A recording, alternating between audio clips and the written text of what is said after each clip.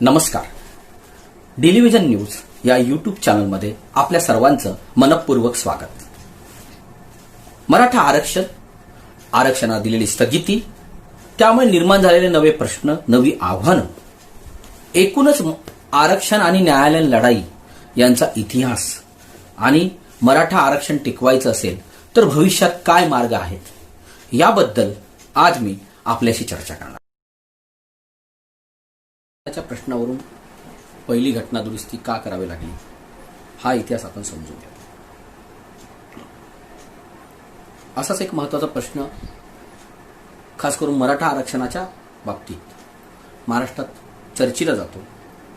तो म्हणजे तामिळनाडूतलं रिझर्वेशन हे 69% असून टिकलं तर मराठा आरक्षण आणि एकूण महाराष्ट्रातलं आरक्षण हे कसं काय रद्द झालं.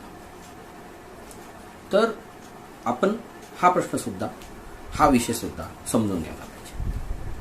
तामिळनाडूमध्ये यापूर्वी आपल्याला जसं सांगितलं की मद्रास प्रांत असल्यापासूनच तामिळनाडूमध्ये एक मोठा चळवळ, ज्याला बहुजनवादी चळवळ म्हणता येईल, अशा स्वरूपाची चळवळ जस्टिस पार्टीने सुरू केली.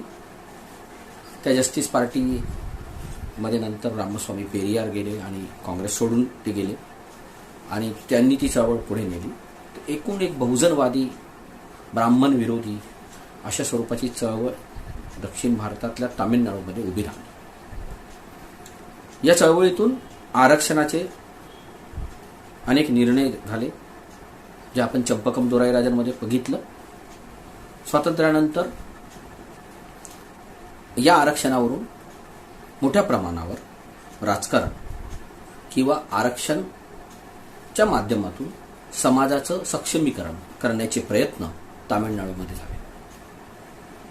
द्रविड मुनेत्र कळगमचं सरकार असताना त्यांनी जवळपास 50% हे आरक्षण नेलं. 1980च्या दरम्यान एम जी रामचंद्रन हे तामिळनाडूचे मुख्यमंत्री झाले. ते प्रसिद्ध, तसे ते 1977 सालीच मुख्यमंत्री झाले. ते फार प्रसिद्ध चित्रपट कलावंत होते, स्टार होते आणि एखादा चित्रपट कलावंताने देशात मुख्यमंत्री होण्याची ती पहिलीच घटना होती. एम जी रामचंद्रन यांनी एक निर्णय घेतला ज्याच्यावरून तामिळनाडूमध्ये प्रचंड वादळ निर्माण झालं. तो निर्णय हा होता की त्यांनी क्रीमी लेअर, जो इंदिरा साहनी प्रकरणामध्ये 1993 च्या काळामध्ये सर्वोच्च न्यायालयाने लागू केला, त्यापूर्वीच त्यांनी तो क्रीमी लेअर 80च्या दशकामध्ये एम जी रामचंद्रन यांनी तामिळनाडूत लागू केला. आणि त्यांनी असं तिथे तोपर्यंत ओबीसी आणि या सगळ्यांना आरक्षण लागू झालं होतं. भले देशामध्ये लागू व्हायला व्हीपी सिंगांना यावं लागलं सत्तेत, मात्र तामिळनाडूमध्ये ते सुरुवातीपासून तेथील ओबीसींना आरक्षण होतं. याप्रमाणे जेव्हा त्यांनी क्रीमी लेअर लागू केलं, क्रीमी लेअर लागू करताना त्यांचा हेतू हा होता, असा होता की आता मागास वर्गामध्ये सुद्धा एक त्यांनी शब्द वापरला, नवब्राह्मण वर्ग निर्माण होता आहे, जो प्रगत आणि श्रीमंत आहे. तर त्यांना वगळायला पाहिजे आणि जे खरे मागासलेले आहेत त्यांना या आरक्षणाचा लाभ मिळाला पाहिजे, असं या भूमिकेतून त्यांनी क्रीमी लेअर ही संकल्पना तिथे लागू केली होती. मात्र त्याविरुद्ध डीएमके आणि विविध सामाजिक संघटनांनी प्रचंड रान उठवलं आणि खरं तर अत्यंत लोकप्रिय असलेला हा चित्रपट कलावंत या निर्णयामुळे तो अडचणीत आला होता. त्याचा फटका त्यांना लोकसभा निवडणुकीत सुद्धा बसला. त्या लोकसभा निवडणुकीमध्ये त्यांचा दारुण पराभव झाला आणि डीएमके, करुणानिधींच्या पक्षाला खूप फायदा झाला. त्यानंतर विधानसभा निवडणूक तोंडावर आल्या होत्या. त्या विधानसभा निवडणुकीच्या पार्श्वभूमीवर या निर्णयामुळे झालेलं नुकसान भरून काढण्यासाठी त्यांनी ओबीसींचं आरक्षण 50% करण्याचा निर्णय घेतला आणि त्यामुळे तामिळनाडूतून एकूण आरक्षण हे जवळपास 69% झालं. या निर्णयाची अंमलबजावणी नंतर ते सत्तेत आले या निर्णयामुळे, आणि या निर्णयाची अंमलबजावणी ते करत तामिळनाडूमध्ये सुरू झाली, जी अजूनही सुरू आहे. दरम्यान त्यांचं निधन झालं आणि त्यांच्या जागी तामिळनाडूच्या मुख्यमंत्री म्हणून जयललिता आल्या, त्यांच्या राजकीय वारस, त्यांच्याच पक्षातल्या. एमजीआरच्या जागेवर जयललिता आल्या असताना 1993च्या दरम्यान सर्वोच्च न्यायालयाने इंदिरा साहनी प्रकरणातला निकाल दिला आणि 50%च्या वर आरक्षण देता येणार नाही ह्या भूमिकेवर शिक्कामोर्तब केला. त्याच्या आधारावर KM विजयन या व्यक्तीने तामिळनाडूतलं आरक्षण रद्द करण्यात यावं 50%च्या वरचं अशी याचिका केली आणि सुप्रीम कोर्टाने हे आरक्षण 50%च्या मर्यादेत बसवा असे आदेश तामिळनाडू सरकारला दिले. आता तामिळनाडूमध्ये मागासवर्गीय, बहुजन समाज यांचं जे राजकारण आहे ते अत्यंत तीव्र स्वरूपाचं असं राजकारण आहे. त्याविरुद्ध भूमिका घेणारे पक्ष, बहुजन समाजाविरुद्ध, ओबीसी समाजाविरुद्ध भूमिका घेणारे पक्ष तिथे राजकीयदृष्ट्या टिकू शकत नाही असा आजपर्यंतचा तिथला इतिहास आहे. त्यामुळे जर आपण 50% आरक्षण सर्वोच्च न्यायालयाच्या आदेशानुसार केलं तर पुढील निवडणुकीत आपला पक्ष वावटळीत उडून जावा तसा उडून जाईल याची कल्पना चाणाक्ष जयललिता यांना होतीच. आणि एकीकडे सर्वोच्च न्यायालयाचा आदेश होता. खरं तर जयललिता जिथे बहुजन आणि ब्राह्मण विरोधी राजकारणाचं केंद्र म्हणून ज्या तामिळनाडूकडे बघितलं जाते, त्या राज्याच्या मुख्यमंत्री जयललिता ह्या स्वतः मात्र ब्राह्मण होत्या. प्रसिद्ध जी ब्राह्मणांमधली जी अयंगार ब्राह्मण ही जात आहे त्या जातीच्या त्या.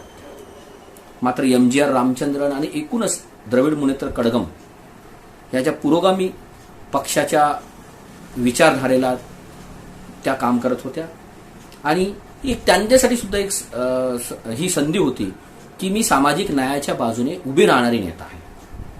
आणि ते आव्हान त्यांनी स्वीकारलं आणि सर्वोच्च न्यायालयाच्या निकालाचा पालन करण्यास त्यांनी नकार दिला. त्यांनी सर्व पक्षाची बैठक बोलवली. सर्व विरोधी पक्ष, सहकारी मित्र पक्ष यांना विश्वासात घेऊन तामिळनाडूचा एक कायदा तयार केला. 1993 मध्ये बॅकवर्ड आणि मागासवर्गीयांना आरक्षणची तरतूद असलेला कायदा हा होता आणि तो विधिमंडळात पारित करण्यात आला. या कायद्याला मात्र राष्ट्रपतींची मान्यतेची गरज होती. आरक्षणाशी संबंध असल्यामुळे राष्ट्रपतींची मान्यता याचा अर्थ केंद्र सरकारची मान्यता. त्यावेळेला केंद्रामध्ये दक्षिण भारतातले आंध्रचे नरसिंहराव हे देशाचे पंतप्रधान होते. मग जयललिता एक शिष्टमंडळ घेऊन, सर्वपक्षीय शिष्टमंडळ घेऊन नरसिंहरावांना भेटला आणि त्यांना विनंती केली की आम्हाला या कायद्याची अंमलबजावणी करायची, कारण तोपर्यंत जवळपास 15 वर्ष पासून 69% अंमलबजावणी त्या राज्यामध्ये सुरू होती. आणि नरसिंहराव यांच्या संमतीनंतर राष्ट्रपतींनी त्या कायद्याला मान्यता दिली आणि तो कायदा लागू झाला. मात्र इतकं करून हे चालणार नाही याची कल्पना असल्यामुळे जयललिता यांनी नरसिंहराव यांच्याकडे पाठपुरावा करून हा जो तामिळनाडूचा कायदा आहे 69% आरक्षण देणारा, तो कायदा घटनेच्या 9व्या परिशिष्टामध्ये सामील करून घेतला. 9वं परिशिष्ट 1951 साली तयार झालं होतं. पहिली घटना दुरुस्ती जेव्हा झाली होती, आपल्याला मी सांगितलं की चंपकम दोराई राजन या प्रकरणामध्ये ते तयार झालं होतं. आणि 1993-94च्या दरम्यान 76वी घटना दुरुस्ती झाली. त्यातून तामिळनाडूचा जो कायदा आहे तो 9व्या परिशिष्टात सामील करण्यात आला आणि 9व्या परिशिष्टामध्ये सामील असलेल्या खटल्यांना न्यायालयात आव्हान देता येत नाही म्हणून तो 9व्या परिशिष्टात सामील करण्यात आला आणि त्याला एक घटनात्मक संरक्षण जयललिता यांनी राजकीय चातुर्य दाखवून मिळवून दिलं. हे आरक्षणाचं स्वरूप, जे 69% जे आरक्षण आहे त्याचं स्वरूप काय होतं ते आपण समजून घेणं आवश्यक आहे. सुरुवातीला त्यांनी मागासवर्गीय जे आहेत त्यांनी 2 भाग केले होते ओबीसीचे, एक BC आणि MBC, म्हणजे बॅकवर्ड मागास प्रवर्ग आणि अतिमागास प्रवर्ग. तर मागास प्रवर्गांना 30 आणि अतिमागास प्रवर्गांना 20% टाकण्यात आलं होतं. SCना 18% देण्यात आलं होतं आणि आदिवासींना STला 1% दिलं होतं. त्याच्यानंतर हे 9व्या परिशिष्टात टाकल्यानंतर इंदिरा साहनी प्रकरणाचा निकाल आल्यानंतर या आरक्षणात पुन्हा बदल करण्यात आले, त्याची वर्गवारी करण्यात आली. तर जे बॅकवर्ड क्लासला 30% आरक्षण देण्यात आले आहे त्याचे 2 तुकडे करण्यात आले. त्यातल्या 26.5% आरक्षण हे इतर बॅकवर्ड वर्गांना आहे आणि 3.5% आरक्षण हे मुस्लिमांमधील मागासवर्गीयांना देण्यात आलं. एवढंच नव्हे तर एससी मध्ये जे 18% आरक्षण आहे त्याचं सुद्धा विभाजन नंतर करण्यात आलं. त्यातलं जवळपास 3% आरक्षण एससी मधल्या एका विशिष्ट जातीला, एका विशिष्ट समाजाला देण्यात आला, जो अत्यंत मागासलेला समाज आहे एससी कॅटेगरीमध्ये. एवढंच नव्हे तर तामिळनाडूने जो क्रिमी लेअर लागू करण्याचा आदेश सुप्रीम कोर्टाने दिला होता तो सुद्धा धुडकावून लावला आहे आणि तामिळनाडूमध्ये क्रिमी लेअरची अट लागू नाही आहे. अशा सगळ्या क्रांतिकारी सुधारणा या तामिळनाडूने न्यायालयीन लढाई जिंकत किंवा त्याच्यातनं मार्ग काढत करून दाखवला होता. आणि तेही जयललितासारखे कधी ब्राह्मण मुख्यमंत्री असताना त्यांनी ही लढाई जिंकून दाखवली. त्यामुळे त्यांना तमिळ भाषेमध्ये सामुगा नीती काथा विरांगनाई म्हणजे सामाजिक न्याय दात्री महिला विरांगना अशा महापुरुषाच्या स्वरूपात त्यांचा गौरव तामिळनाडूची जनता, तिथली विरोधी पक्ष सुद्धा करतात. तर म्हणून तामिळनाडूमध्ये 69% आरक्षण असून सुद्धा ते अद्याप कायम आहे. याचा अर्थ त्याविरुद्ध याचिका झाली नाहीये का? तर त्या झाली आहेत. 9व्या परिशिष्टाबद्दलच्या पुढच्या विवेचनामध्ये आपण ते बघणार आहोत. मराठा आरक्षणाचा समावेश 9व्या परिशिष्टात केला पाहिजे तर हे आरक्षण टिकेल अशी चर्चा, अशी मागणी आपण सर्वांनी ऐकली असेल. यात कितपत तथ्य आहे हे आपण समजून घेऊया. 9व्या परिशिष्टाचा इतिहास मी आपल्याला चंपकम दोराईराजन आणि पहिली घटना दुरुस्ती त्या निमित्तानं झालेली या मुद्द्यावरील विवेचनामध्ये आपल्याला मी समजून सांगितलेलंच आहे की पहिला घटना दुरुस्ती या प्रकरणामध्ये झाली. 9वं परिशिष्ट भारताच्या घटनेमध्ये तयार करण्यात आलं आणि बाबासाहेबांनी त्यावेळेला हे सर्व कायदे, आरक्षणाशी संबंधित, जमिनीशी संबंधित कायदे 9व्या परिशिष्टात टाकले. आणि या 9व्या परिशिष्टामध्ये एखादा कायदा समाविष्ट केल्यानंतर त्याविरुद्ध भारताच्या कोणत्याही न्यायालयात दाद मागता येणार नाही अशी तरतूद केली. त्यामुळे आरक्षणांच्या किंवा जमिनीच्या संदर्भातल्या कायद्यांना कुठल्याही न्यायालयात दाद मागून हे कायदे रद्द करून घेण्याचा पर्याय बंद झाला.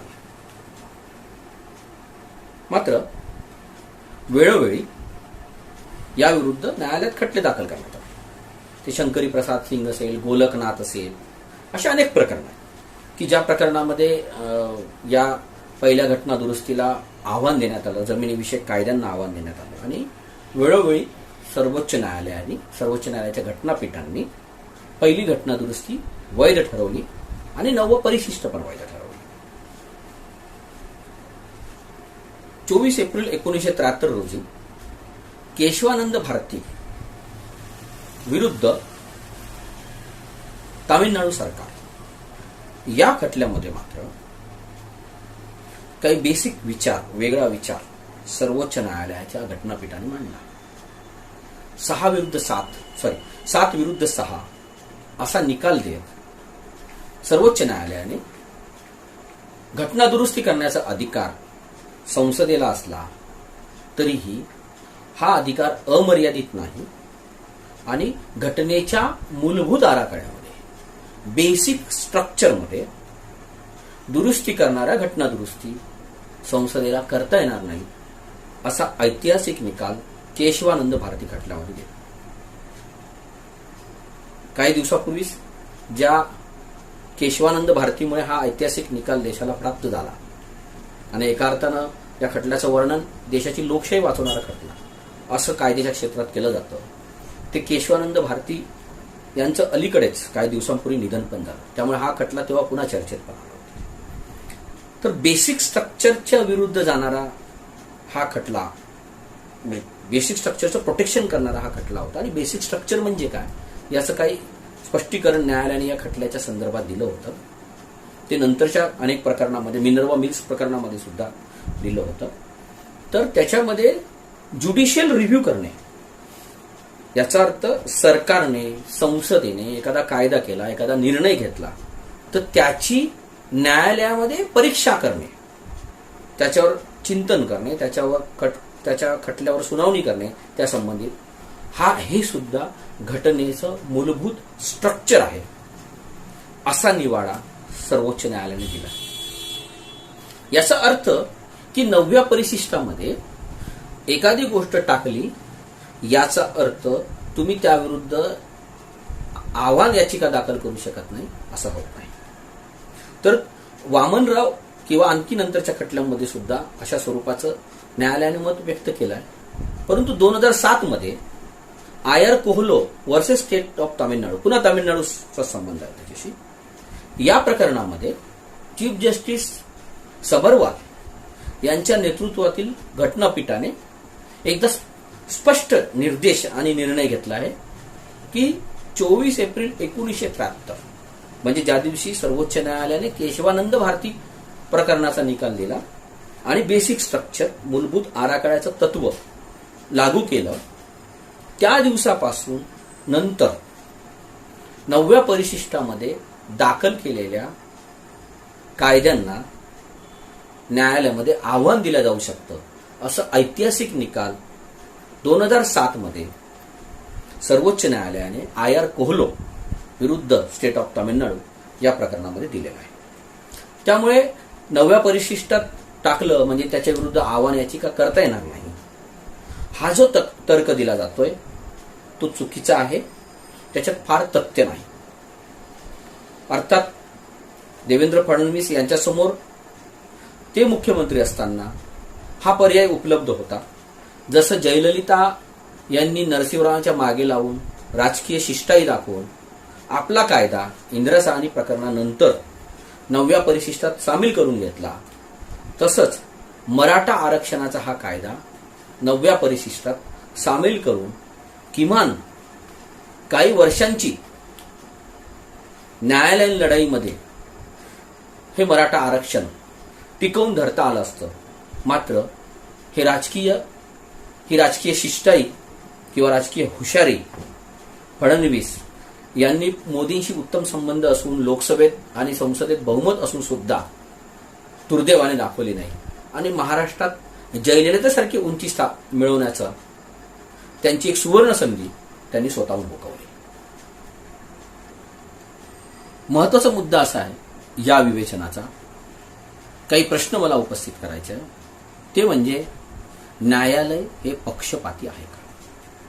महत्वाचा मुद्दा आहे की न्यायालय, खास करून सर्वोच्च न्यायालय हे पक्षपाती आहे का?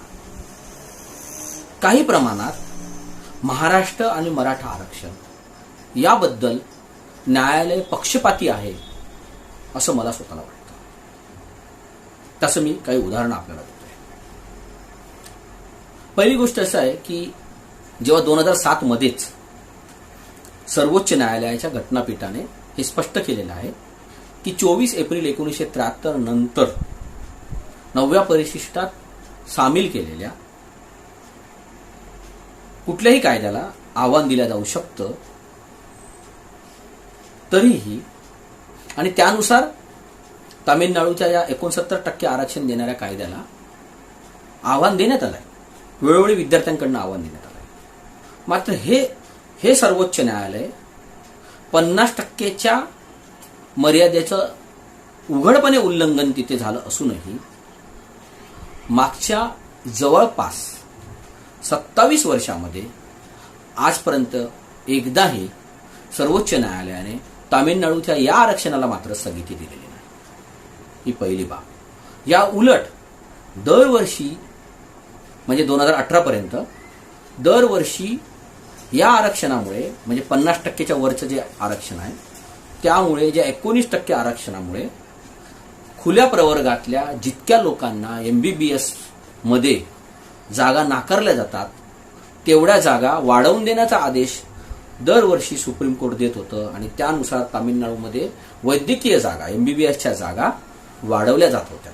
म्हणजे 50%च्या वर तामिळनाडूचं आरक्षण असूनही तिथल्या आरक्षणाला स्थगिती तर सोडा, पण ते आरक्षण टिकून राहावं म्हणून सुप्रीम कोर्ट दरवर्षी भारत सरकारला तामिळनाडूच्या जागा वाढवून देण्याचा आदेश देत होती, साधी स्थगिती सुद्धा देत नव्हती. आणि महाराष्ट्रातल्या मराठा आरक्षणाला मात्र काही महिन्यात स्थगिती देण्यात आली. हा पक्षपात नाही तर काय.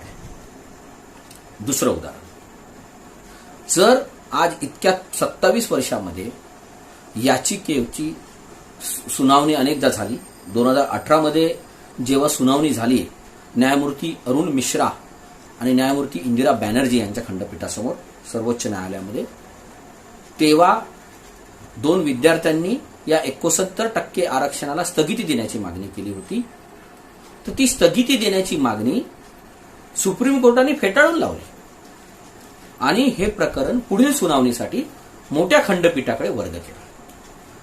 मग जर तुम्ही तमिळनाडूमध्ये 1980च्या दरम्यान देण्यात आलेलं आरक्षण, तुमच्या निकालानंतर अवैध ठरलेलं आरक्षण जे तुम्ही स्वतःच रद्द करण्याचे आदेश दिले होते, तरी ते आदेश धुडकावून तामिळनाडू सरकारने कायदा करून तो आपलं आरक्षण टिकवण्याचा प्रयत्न केला. त्या प्रकरणामध्ये तुम्ही साधी स्थगिती देत नाही आणि महाराष्ट्र सरकारच्या प्रकरणामध्ये मात्र तुम्ही स्थगिती देता आणि आरक्षण थांबवता. खरं तर 27 वर्षामध्ये या आरक्षणाच्या प्रकरणाची सुनावणी होऊन निकाल सुद्धा लागायला पाहिजे होता. मात्र 27 वर्षामध्ये सर्वोच्च न्यायालयाने केवळ वेळकाळूपणा तामिळनाडूच्या बाबतीत केला आणि हे आरक्षण अप्रत्यक्षपणे वाचवण्याचा प्रयत्न केला. मात्र हीच मदत सर्वोच्च न्यायालयाने, हीच भूमिका, हीच सहानुभूतीची भूमिका आपण म्हणूया, ती महाराष्ट्राच्या बाबतीत, मराठा समाजाच्या बाबतीत घेतलेली नाही. दुसरा मुद्दा, नरेंद्र मोदी सरकारने 2019च्या लोकसभा निवडणुका जिंकण्याच्या दृष्टीने 2018च्या शेवटी 103वी घटना दुरुस्ती केली आणि त्यानुसार आर्थिकदृष्ट्या मागासलेल्या लोकांसाठी 10% आरक्षणाची तरतूद केली. त्यामुळे केंद्र पातळीवर 50%ची मर्यादा ओलांडल्या गेली, जी इंदिरा साहनी प्रकरणामध्ये सुप्रीम कोर्टाने लावलेली आहे, आणि 60% आरक्षण झालं. आता मुद्दा असा आहे की मग ह्या आरक्षणाला सर्वोच्च न्यायालयाने का स्थगिती दिली नाही? जर तुम्ही महाराष्ट्रातलं आरक्षण हे 50%च्या वर आहे म्हणून मराठा समाजाच्या आरक्षणाला स्थगिती देताय, तर तुम्ही तोच निकष केंद्र सरकारच्या आरक्षणाला लावून त्याला स्थगिती का दिली नाही? 14 जानेवारी 2019 पासून हे आरक्षण देशामध्ये लागू करण्यात आलेलं आहे बाय नोटिफिकेशन. मात्र त्याला स्थगिती द्यायला या सर्वोच्च न्यायालयाने नकार दिला आणि हे प्रकरण मोठ्या घटनापीठाकडे वर्ग केला, ज्याच्यात अजून फार काही प्रगती झालेली नाही. दुसरी गोष्ट अशी आहे की अशा प्रकारे 10% आरक्षण ही काही पहिल्यांदा देण्यात आलेलं नाही.